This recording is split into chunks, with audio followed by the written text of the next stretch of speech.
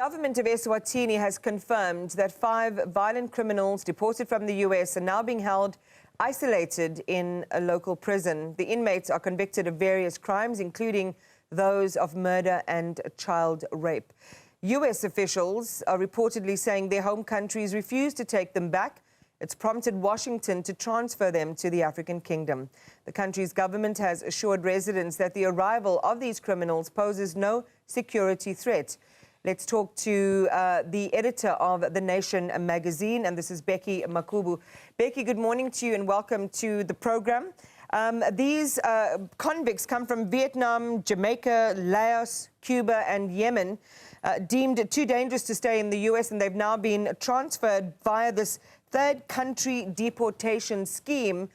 Do you know much about this scheme? And it seems as if not everybody was in the know about this transfer itself. Well, thanks for having me. I've been following the news as a journalist, and particularly American politics. So I'm aware of a third country scheme that they have. But up until yesterday morning, I wasn't aware we were, really involved in it. Earlier in the year, it had been said that we might be considered, but nothing had come of it up until yesterday morning when we heard that a plane had landed. And what's shocking is I spoke to several cabinet ministers and MPs to find out what was going on. And they didn't know too about this. It seems to have been handled very secretly at the Prime Minister's office. And you describe this, Bheki, as the Prime Minister, and this is Russell Dlamini, being out on a frolic of his own, ostensibly. So just talk to us about whether there has been political or, intra-governmental fallout from this agreement. Well, it's too early to say, particularly because remember that whatever fallout there might be, whatever Russell might have done on his own or with, I think he did it with a select group of cabinet ministers. I don't think the full complement of the cabinet was aware, and definitely not members of parliament. But in this country, eventually what matters is what the king says, and perhaps what he would have known about this. So you're not going to get much of an upheaval unless we get to know, what the king's position is on this arrangement. Let's just go back to the concept or the practice of a third country deportation scheme. To your understanding, Bheki, now that you've kind of done a bit more of a deep dive, seeing that it affects your country directly, was there a quid pro quo potentially offered? I mean, have you been able to glean what the exchange was? I mean, no one, just takes violent criminals in at your own expense, because they would be kept, I understand, in isolated cells in a local prison there. But did you know what your country got in return for this, or what this deal sets out as a quid pro quo? Well, let's look at some. Let's look at a few scenarios. First of all, when Trump came into office, you remember he started dishing around tariffs for anyone he didn't like. He hit you guys in South Africa and Lesotho, but didn't do anything with us. So that was the first thing one could have looked at to say, what's going on here? During that mess, when everybody was panicking, Prime Minister Russell issued a public statement where he was boasting that he had received a call from Marco Rubio and that they had discussed matters of mutual interest between the countries. So I suppose that is when the matter was put on the table between our government and the US government. I guess he did it to sort of give us comfort that we're on the right side of the United States, but I see it as they were selling our country to the highest bidder, as far as I'm concerned. Well, let's pick up on that theme then, Bheki. The US government describing these particular individuals as uniquely barbaric criminals. What has been the reaction of your countrymen and women? Well, those statements, actually, that quote hit me in the face. I mean, it's chilling. People are scared. In fact, government. I don't think government would have told us about about this arrival had it not been that we all started going on social media to ask questions, because government responded to public concerns in the late afternoon yesterday and saying they are trying to quell our fears. People are scared. These are people we don't know, whose backgrounds we have no clue where they come from. And when a country like the US says we are too scared to keep them, who are we to feel any more safe? Even though government has tried to say, these people are kept in maximum prison in Matapa. I don't think that it has made us feel any better, because the question is, why are they here in the first place? But let me say this to you, Imam. The way our country is and the way we behave, had the US and our government, say, brought in ordinary people who are victims of what America is doing to get rid of foreigners, I don't think we would have given it much thought. Um, it's the criminality of these people and how scary they are. I mean, only recently an 8-year-old child disappeared while going to shops.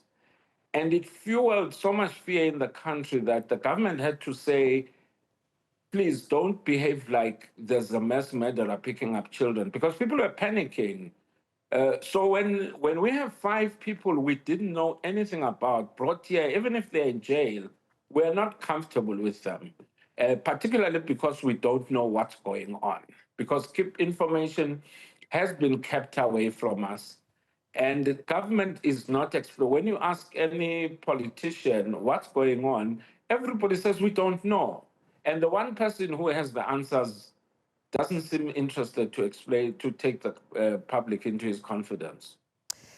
So we're very uncomfortable. Yeah, and I mean, that's concerning. As you say, it took such a long time for a response to come, and this was after the fact this had already been a done deal, and it's not likely that you will get the answers that you are really seeking. But let's talk about the long term. Go ahead. Yeah. No, I was saying, I mean, it's clear that our government, and this has been a problem going back in time, they don't think they owe us any explanation about anything until we make noise. So had this matter not come out from public outcry, government would never have discussed it with anybody to say, oh, we've got some 5 dangerous criminals, we're keeping them there, and you guys relax, we're good. They were never going to do that. Let's talk about the long-term risk. I mean, we're all in the region, we're neighbors. What kind of precedent, Bheki, do you think this sets, not only for your nation, but possibly other African states? Are we looking at a situation or a future where weaker nations could be seen as, and I hate the term because we're talking about human beings, but used as dumping grounds for deportees that more powerful states just don't want? Well, it seems so. I mean, if you look at the government statement yesterday, they say that these were long negotiations. I don't think you can have long negotiations, very involved negotiations, just to deport 5 guys who happen to need a jail to stay in. I think America is going to dump a lot of their unwanted people here. Then what happens to them? I mean, our jails are already full, you know. 3 weeks ago, the king was issuing an instruction in public to say the Commissioner General of Correctional Services and the prerogative of Mercy Committee must come together and try and release prisoners who have less sentences to finish, so that to reduce the pressure on jails. By the look of things, without any information and looking at how the US is behaving, our jails will be clogged up by these people who they are going to bring here, dangerous criminals. Like I say, if it's just people, because if you deport, and this is where I think the original question comes in, if the US is going to deport people who have not committed any crimes in the US and haven't done anything, obviously they can't be put in jail because they have done nothing wrong except to be in the US, which is not a crime here. So what happens then? Well, then you have to go back and look at what happened in the 90s. What happened in the 90s, particularly between 1990 and 1994, when it was clear that South Africa was democratizing, a lot of Nigerians, for instance, came into eSwatini and they lived here. And after 94, they suddenly disappeared. Where did they go? They moved into South Africa. Why? Because you can't do anything with our country. We're too small for somebody who wants to make a life in, say, the US or Nigeria. South Africa is the option. So if this continues the way I see it, they are coming to you, actually, not us. Oh, my Simply goodness. because of your economy. Yeah. Look, our jails are overcrowded. I mean, you know, several 100% in certain jails. So I'm not sure, and I also don't think I don't know how well that would go down. And we expect in our country there would be a lot more transparency or accountability, especially in Parliament. We have a robust opposition here, unlike in your country. But let's talk about, you know, the bigger picture. And I know you've touched on it slightly, Bheki. You have covered press freedom and governance issues in Eswatini for years. And, you know, what does this incident reveal about the state of democracy, but more importantly, transparency and national sovereignty under the king's rule? Look, like I said, you know, they were never going to discuss this with us. They were never, I mean, the fact that it was hush-hush throughout the negotiations, no hint. One cabinet minister said he actually was told by some people at an international conference that, you know what's happening with your country? And he said to me, you know, I thought that guy was lying because it was just too incredible a thing to happen. And besides, he didn't know about it. And he said, yesterday I had to call this guy to say, so you were right. Like I say, I mean, if you look at today's newspapers here in the country, the slant is not to ask hard questions about what's going on, but rather to defend and try and explain government's position as if, you know, in a typical way that us as journalists, our job is to convey government's views without asking hard questions. Also, Imam, remember, and this is a question that I don't know where it's going to be asked, but it needs to be asked, is Trump has said that anybody who takes deportees from America will get paid for it. So now that is the question, who's getting paid for this? You know, is it the government? Which means that somebody needs, I was talking to an MP yesterday, I said, well, you'll just have to ask the Minister of Finance, where's the money? You know, if anything, he comes back for his supplementary budget down, you know, later on.